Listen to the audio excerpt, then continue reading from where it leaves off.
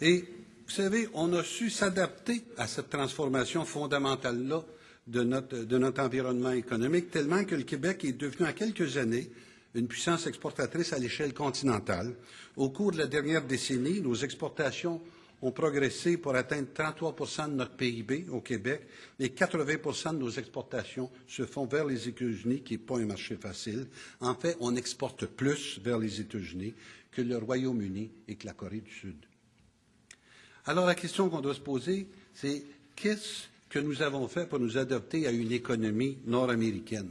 La réponse est assez simple, c'est que nous nous sommes inscrits dans des chaînes d'approvisionnement nord-américaines.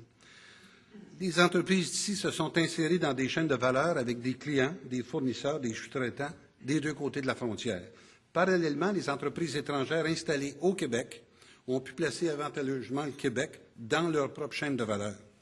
Dans un marché nord-américain, nous sommes devenus un joueur nord-américain. Notre terrain de jeu est devenu l'Amérique du Nord. Alors, pour faire face à la Chine, nous ne devons pas réinventer la roue. La solution, nous la connaissons. Il faut faire la même chose qu'on a si bien fait avec le libre-échange.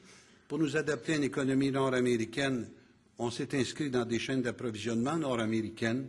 Alors, pour nous adapter à une économie mondiale, on devrait s'inscrire dans des chaînes d'approvisionnement mondiales.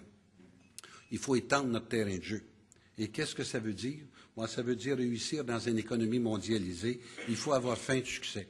Et quand je dis le mot faim, je le dis F-A-I-M, chaque lettre ayant pour moi une signification. F comme dans fabrication, A comme dans approvisionnement, I comme dans innovation et M comme dans marketing.